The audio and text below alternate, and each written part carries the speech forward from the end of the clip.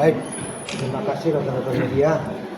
Siang ini kami dari tergugat 1 dan tergugat 2 menghadiri persidangan bahwa sesuai dengan penetapan majelis hakim mengenai pengetahuan prestasi sesuai dengan telah diajukan oleh pihak penggugat telah dicabut secara resmi.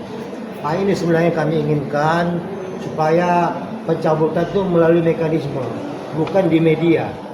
Jadi dengan adanya pencabutan berdasarkan penetapan majelis hakim dan itu silahkan ke media, itu yang benar. Hanya masalahnya kami melihat bahwa ke depan, ya mari kita serius. Selama ini kami anggap ini uang prestasi adalah komedi. Untuk ke depan kami akan serius untuk mendampingi klien kami Dr. Reja.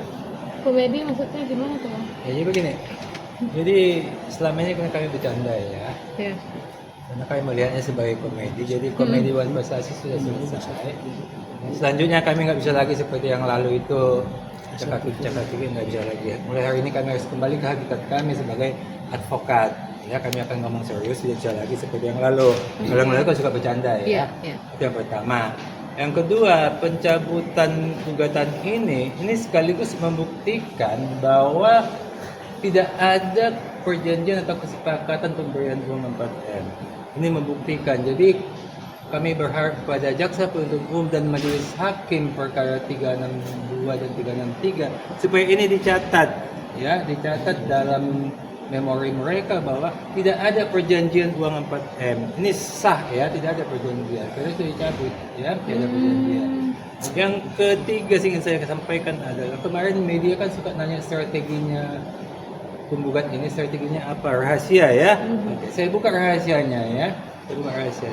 Kita perhatikan sengaja dibikin eksepsi 120 halaman sehingga jaksa penuntut umum sama hakim itu, majelis hakim harus membacanya itu satu persatu, itu kan makan waktu ya. Sehingga sekarang sudah 1 bulan lebih penahanan ya, hanya putusan sela yang didapat. Ya, bisa bayangkan kalau hanya untuk menetapkan putusan sela harus butuh waktu 1 bulan lebih. Bagaimana menentukan pokok perkaranya? Bisa jadi nanti waktu Natal baru bisa putus, sehingga sebelum waktu penahanannya habis Nikita Mail bisa bebas. Jadi saya takut ini strateginya. Jadi kami berharap kepada jaksa penuntut umum maupun majelis hakim supaya diadakan sidang 3 kali lah seminggu supaya cukup waktu, karena saya hitung-hitung tinggal 56 atau 57 hari lagi masa penahanannya. Jadi kalau dibikin sekali seminggu, ya Natal baru selesai.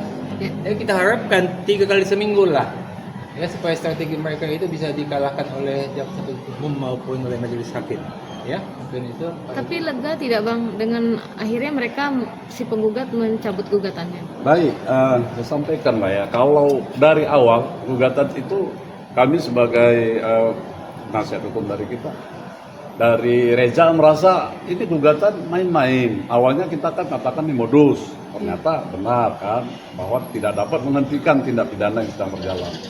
Yang kedua, prinsipal harus wajib ketemu, wajib datang, harus bertatap muka. Ternyata memang tidak ada kewajiban seperti itu.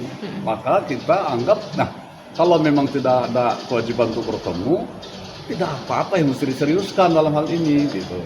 Nah yang ketiga, ya seperti tadi disampaikan bahwa semua yang menjadi dakwaan itu adalah hak perjanjian katanya. Ternyata ini dicabut, perjanjian itu tidak ada. Di atas kertas, di atas apa, tidak ada, dicabut.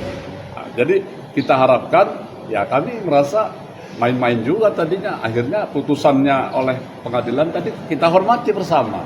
Kita terima apa yang sudah menjadi diputuskan majelis hakim, bahwa gugatan itu dicabut dan perkara 489 itu dianggap selesai. Selesai di situ, tapi babak selanjutnya kita dipidana akan berlanjut.